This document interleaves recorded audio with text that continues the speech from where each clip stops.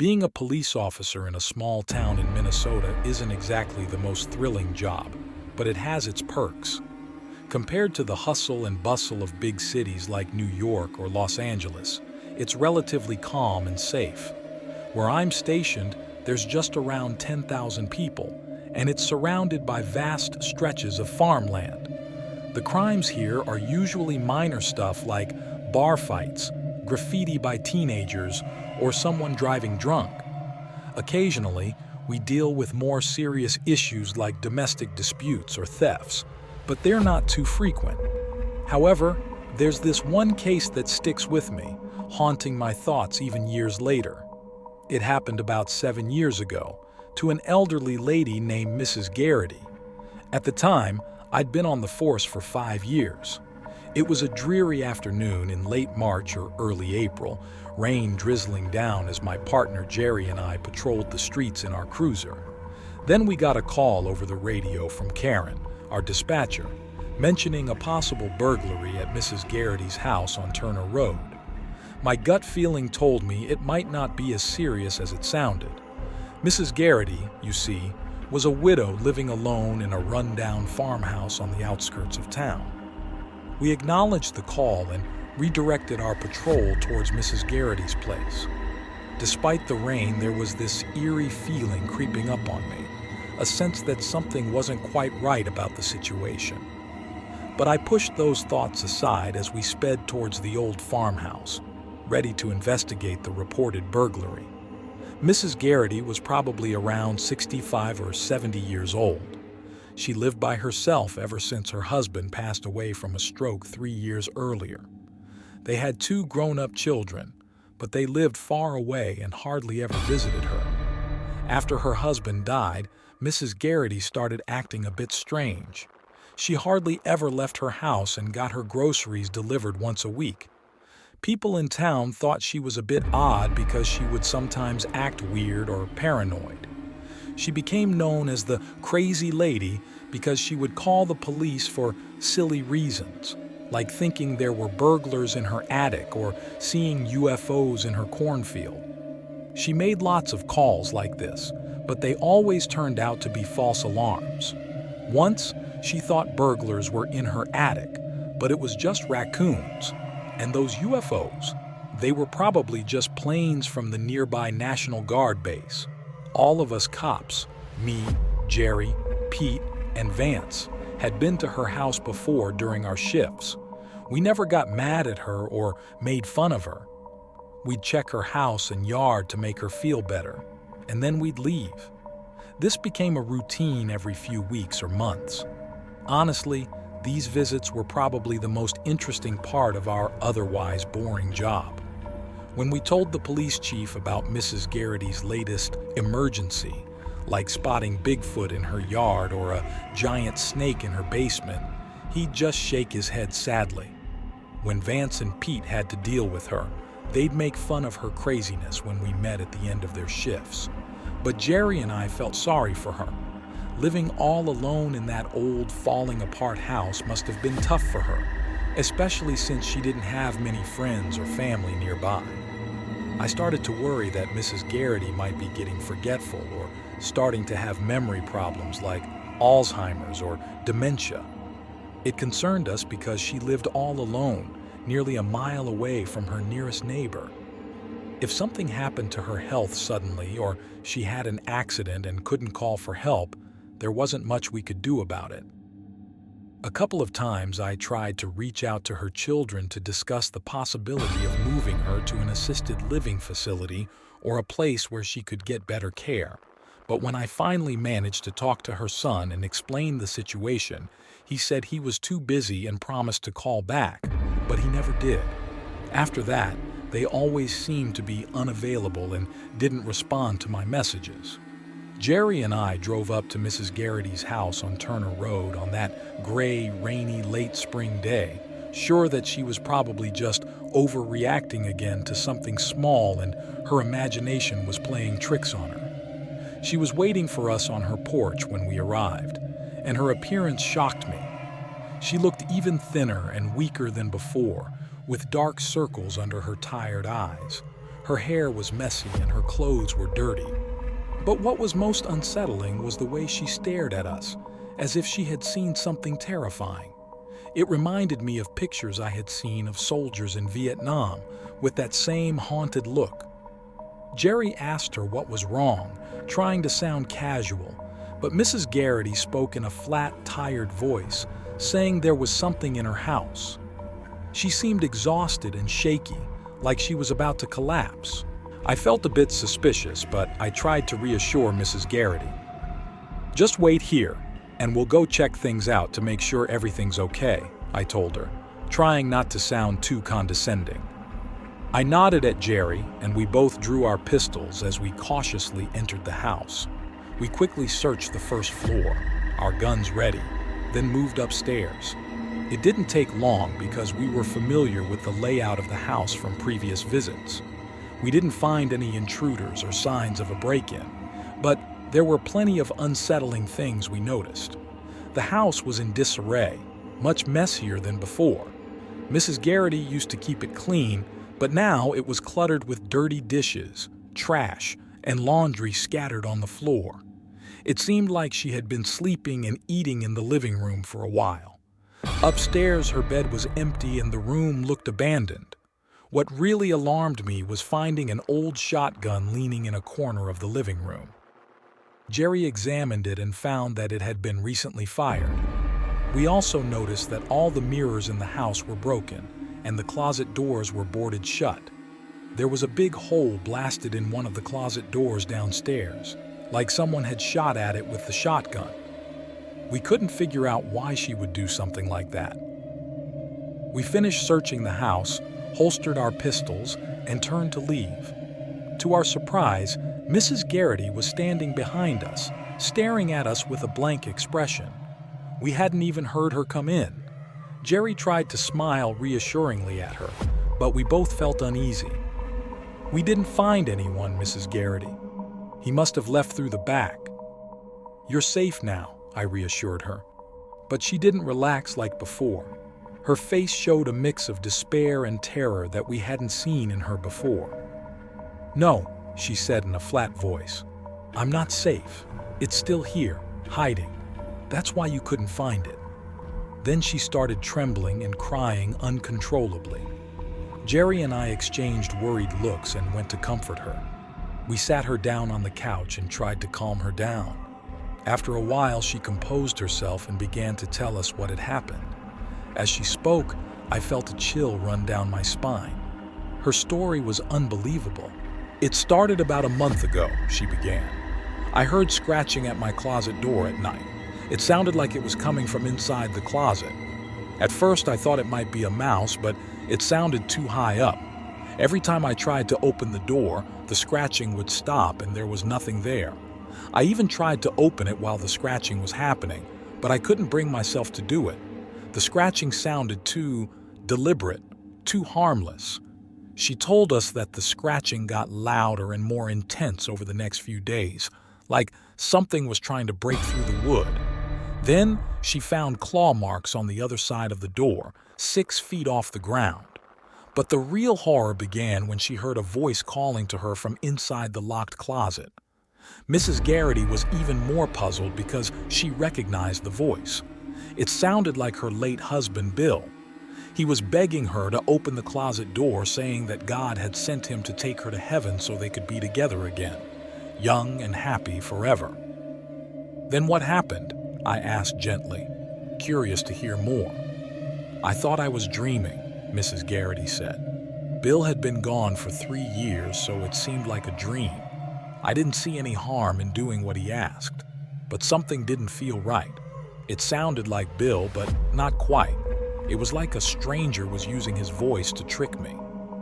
"None of this makes much sense," I admitted. But Mrs. Garrity continued her story. Bill's voice had turned harsh and demanding when she refused to open the closet. It started shouting and making threats, saying things Bill would never say. Terrified, Mrs. Garrity spent the night on the couch downstairs. The threats continued every night and she was too scared to sleep in her bedroom. Then, one night, The pounding started on all the closet doors in the house at the same time, like someone was trying to get out from each one.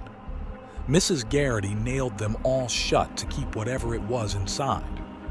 About 2 weeks ago, she was washing her hands in the bathroom when something terrifying happened, but she didn't finish her sentence.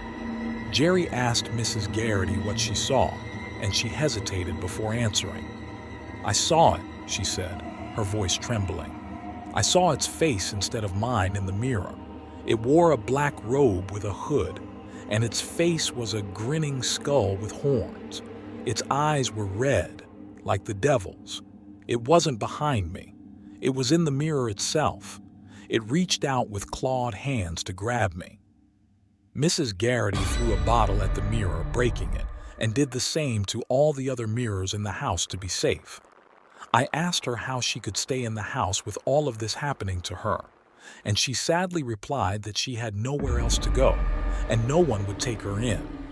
The nights were awful, but the days were better because she could at least get some sleep. 3 days ago, the disturbances started happening during the day too, and Mrs. Garrity felt unsafe all the time. That morning, the pounding on the closet doors became violent, and she knew it was only a matter of time before whatever was in there broke through. She prayed and read from the Bible, but it only mocked her. In desperation, she fired Bill's shotgun through the closet door, hoping to stop it. For a moment there was silence, but then she heard it chuckle and say one word: "Tonight." Mrs. Garrity started trembling and crying again. Jerry and I were troubled by her story, even though we didn't believe it. It was clear she was deeply disturbed, and it wasn't safe for her to be alone anymore, especially not in that house. We knew Mrs. Garrity needed help, and maybe her strange beliefs were caused by something dangerous in the house, like mold. Jerry and I stepped outside to talk privately and agreed that she should be institutionalized. But for now, we decided it was best for her to stay somewhere else. When we went back inside, we told Mrs. Garrity she was coming with us to stay in a motel in town for the night. Tomorrow, Jerry added, we would find a priest to perform an exorcism and get rid of the evil spirit bothering her once and for all. She cried with relief and hugged us, thanking us over and over again. We drove her to a cheap motel and checked her in. Being away from her house seemed to improve her mental state already. She smiled and said she was looking forward to a good night's sleep without worrying about the entity in her home. We said goodbye and drove away, feeling somber. When we returned to the station, we told the chief what had happened. He agreed that Mrs. Garrity needed help. Tomorrow, he said, we would visit her son and daughter and explain the situation to them. If they still refused to help, the chief would make sure she got the assistance she needed. But we never got the chance to do that. Around 4 a.m. the next morning, the chief called me urgently and told me to go to the motel right away. He wouldn't say why over the phone. As I got ready to leave, I had a bad feeling that something was wrong with Mrs. Garrity. I feared she might have harmed herself in the motel room. When I arrived at the motel, my fears were confirmed. Crime scene tape blocked the door to her room. The chief, along with Jerry, Pete, and Vance, were gathered outside, along with a few state police officers and city detectives. The chief looked solemn as he told me that Mrs. Garrity was gone. At first, I thought he meant she was dead, but he clarified that she had disappeared. His eyes held a fear I had never seen before. People in nearby rooms had heard screams and violence around 2 a.m., then nothing. Pete and Vance were the first to respond, but when they forced the door open, they found a shocking scene. The room showed signs of violence with blood splattered everywhere. The bed sheets were torn and there were trails of blood on the carpet, like someone had been dragged away. The blood led to the closet, which was empty. There was no sign of forced entry, and all the windows and doors were locked from the inside. I followed the trail of blood to the closet, feeling a chill run down my spine. It was empty, and there was no sign of Mrs. Garrity. They never found her. In my previous post, I shared the chilling tale of the Garrity case. undoubtedly the most unnerving experience of my career. Beyond that, life as a law enforcer in our quiet, rural town was typically uneventful. However, there's another story I must now share, one that unfolded about 3 years ago. It seemed insignificant at the time, just a peculiar incident in the sea of oddities that police officers often encounter. It was either late June or early July of 19__, a time when the town was drenched in the warm glow of early summer evenings. On this particular night, I found myself on the night patrol, filling in for Vance, who was recovering from an appendix removal surgery. Joe, our rookie officer, manned the day patrol alongside my partner, Jerry. As dusk settled, I was in the police station office, engaging in casual banter with Pete and the chief, just moments before commencing my shift. Suddenly, a young woman appeared before us. It was as if she emerged from thin air as none of us noticed her entering the room. Her presence was striking, to say the least. She appeared to be in her late teens or early 20s, but her demeanor betrayed an air of distress. Her clothes clung to her body, drenched from head to toe, and her disheveled hair framed a face etched with fear. Gasping for breath, she implored us for help. The chief, momentarily taken aback from his desk work, inquired about the nature of her distress. The chief, a bit awkwardly, asked her what happened. She explained that someone had kidnapped her, and she managed to escape, fearing they were going to kill her. This was a rare occurrence in our town, so we all exchanged concerned glances. The chief politely offered her a seat next to his desk, and she sat down, trembling slightly as if she were cold. He asked Pete to get a blanket for her, which he did. Then the chief asked if she wanted some coffee, but she declined, seeming distracted or shocked. He asked for her name, and she said it was Shirley McDougall. The chief wrote it down on a police report form. Pete returned with a blanket, which she gratefully wrapped around herself, but she continued to shiver as if unable to warm up. The chief asked her age, 19, and where she lived. She said she lived in town her whole life, which puzzled the chief because none of us recognized her, despite our years serving the community. He asked for her address, and she said she lived with her parents above McDougall's Hardware on Main Street. This struck me as odd because there was no such store in town, and I'd never heard of anyone named McDougall living here. The chief continued with the interview, but something seemed off about Shirley. Despite her claim of living here her whole life, her story didn't add up. She mentioned going to the Mayan to see a Martin and Lewis movie, which confused Pete and me because we'd never heard of such a theater or those actors. Then she talked about stopping at Beckman's drugstore for a chocolate malt, which rang a bell in my memory. Beckman's used to be a pharmacy in town, complete with an old-time soda fountain, but it closed down years ago. The Beckman's drugstore had been a town fixture for generations until old Clyde Beckman passed away in the late 90s. His kids sold the business, and now there's a CVS in its place. This bit of information sent a chill down my spine. Shirley continued her story. She was going into the store when an older man approached her. He seemed harmless, dressed like a priest with silver hair, leaning on a crutch. He asked for help retrieving his wallet from under his car seat. Shirley agreed, feeling sorry for him because of his crutch. The chief interrupted, asking about the car. Shirley thought it was a dark Buick, maybe from 53 or 54. This detail puzzled us even more, as Shirley claimed it was a couple of years old, which didn't make sense. The chief inquired about the license plate. Shirley remembered it was an out-of-state car, possibly from Oklahoma. Shirley took a shaky breath, gathering her courage to continue. As she reached under the driver's seat for the wallet, she was struck hard on the head, possibly with the crutch. She might have lost consciousness briefly. When she came to, the man was dragging her to the back of the car. She fought back, but he threatened her and forced her into the trunk. She screamed and pounded on the trunk, begging to be released, but he drove off despite her pleas. After about an hour, there was an accident. She heard him shout and the tires screeched. We veered off the road and suddenly, the trunk started filling with cold water. Shirley realized we must have crashed into a lake or pond. She panicked, pounding on the trunk, trying to force it open. Then, everything went black for a while.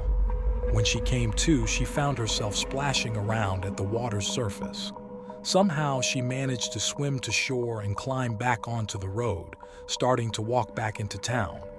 As Shirley finished her story, she fell silent, trembling. We were all at a loss for words, trying to comprehend what she had just told us. The chief exchanged looks with Pete and me, his expression troubled. "Can I use the telephone?" Shirley asked, looking up. "I want to call my parents to tell them I'm okay." "Of course, Shirley. Just give us a minute. We want to broadcast this guy's description on the radio and get an APB going to catch this creep," the chief replied, leading us out of the office and shutting the door behind us. "What's she talking about, Chief?" Pete asked. "That Mayan theater closed down when I was a kid, like 30 years ago. There's a liquor store there now." "Yes, and McDougall's hardware has been gone for ages too," the chief confirmed. "It burned down when I was a kid back in '67 or '68, and the McDougalls perished in the fire." Pete and I took a moment to absorb this information. "So what's her deal? Is she crazy or on drugs?" Pete asked. "Who knows? Maybe something really did happen to her tonight, and the trauma caused some kind of mental breakdown," the chief suggested as he opened the office door and motioned for us to go back in. Shirley, or whoever she really was still sitting beside the chief's desk. She looked up eagerly as we entered. "Can I call my parents now?" she asked urgently. The chief sat back down, staring at her thoughtfully. "Who's the current U.S. president?" he asked gently. She blinked at him. "Dwight Eisenhower." "What does that have to do with anything?" she asked, puzzled. The chief sighed softly. "No, Shirley. It's not 1956. It's 2019. 1956 was 63 years ago." She turned to look at him, confused. 2019? What topic are you discussing? Are you crazy?" Pointing to the bulletin board on the wall above him, he said to Shirley, "Look at the calendar behind me." Shirley got up and walked suspiciously over to the calendar. She positioned herself in front of it and gazed at it for a while. She then retreated, her eyes going wide with shock. She scared and confused. No, this is some sort of trick. It has to be." The chief gestured towards the desktop computer. "Have you ever seen one of these before?" However, Shirley disregarded him, focusing instead on a big U.S. map that was hanging on the wall across from her. The chief obviously said, gesturing to the computer on his desk, "Have you ever seen one of these before?" But he was probably disregarded. Her focus had moved to a big U.S. map on the wall across from her, and she approached it to examine it carefully. Alaska and Hawaii. Silently, she moved to the window and peered out at the cars in the parking lot. "What's wrong with the cars? Why do they look so different?" she exclaimed, her voice rising with panic. We stood by the chief's desk, staring at her dumbfounded discovery and unsure of how to respond as Shirley turned to face us and started to tremble. She sank to her knees, clutching her stomach. Her breath came in rapid gasps, as if she might hyperventilate. I think I'm going to be sick," she managed to utter, her voice choked with emotion. "Please, just show me where the ladies' room is. I'm going to be sick." Pete glanced at the chief, who nodded with a grim expression.